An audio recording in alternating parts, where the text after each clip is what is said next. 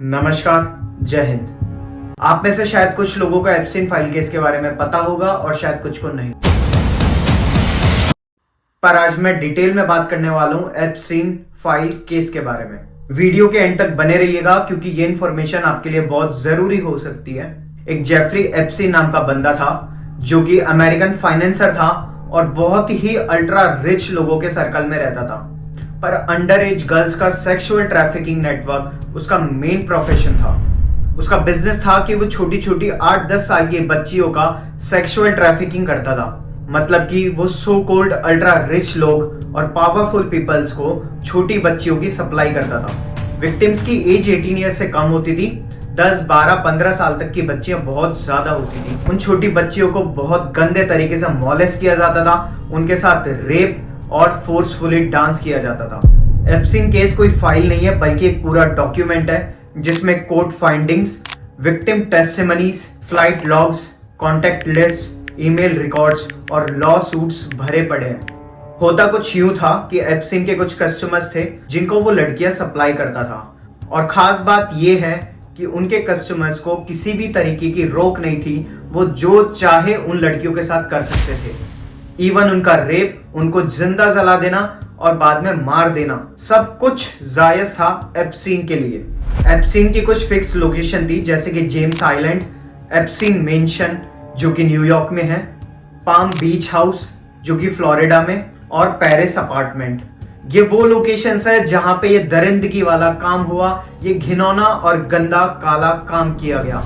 यहाँ पर एप्स्टीन अपने कस्टमर्स को बुलाता था, वहां पे लड़कियां सप्लाई करता था, वहां पार्टीज होती थी और पार्टीज के नाम पे इन लड़कियों को बहुत गंदे तरीके से मॉलेस्ट किया जाता था। इनमें दरिंदगी और हैवानियत इतनी ज्यादा भरी थी कि ये छोटी बच्चियों को बांध करके उनका रेप करते थे और बाद में उनको जिंदा जलाकर चिकन के साथ रख कर खाते थे।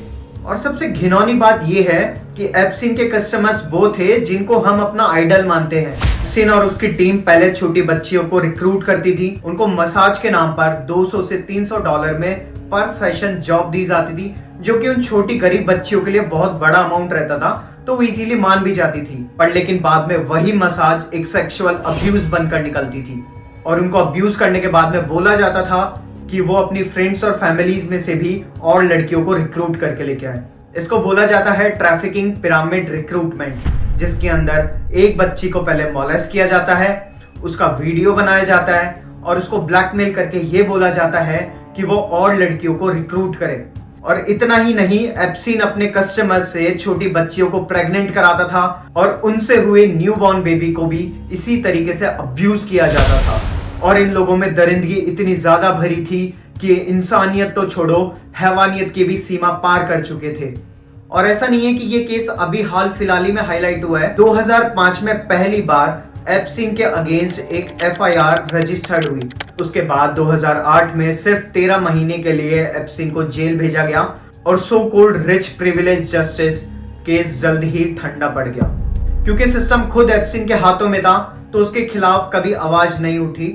पर 2018 में एक मीडिया इन्वेस्टिगेशन हुई जिसमें जर्नलिस्ट के ब्राउन ने सारे विक्टिम्स को वापस ढूंढकर उनको आइडेंटिफाई किया, उनको इन्वेस्टिगेट किया और इस केस को वापस से रीबिल्ड किया।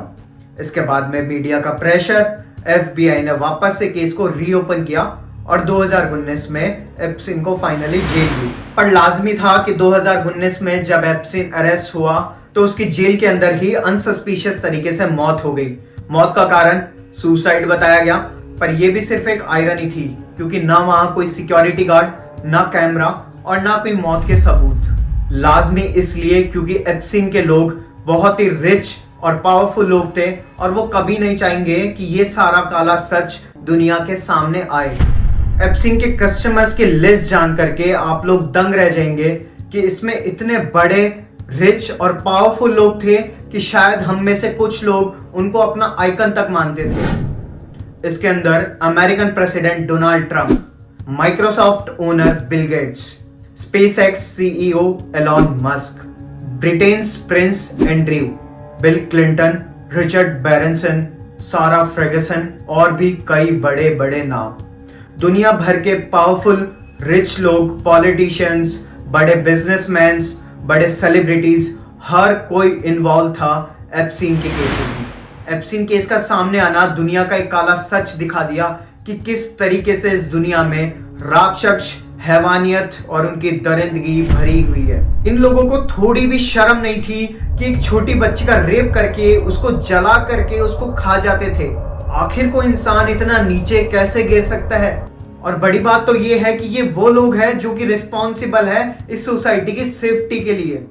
हम लोग इन्हें मौका देते हैं कि ये हमारे लिए सोसाइटी में कुछ बेटर करें, हमारी सोसाइटी को सुधारें, पर ये दरिंदे हमारी सोसाइटी को इस गंद में ढकेल रहे हैं कि सोचकर भी हमारी रूह कांप जाए। और मुझे समझ ये नहीं आ रहा कि इतना कुछ सामने आ गया, पूरी फाइल सामने है, court documents, victim testimonies, 1 lakh से ज्यादा फोटोज और 4000 से ज्यादा वीडियोस, भर भर के ईमेल्स, सब कुछ सामने है, पर अमेरिका में अभी तक सरकार नहीं गिरी।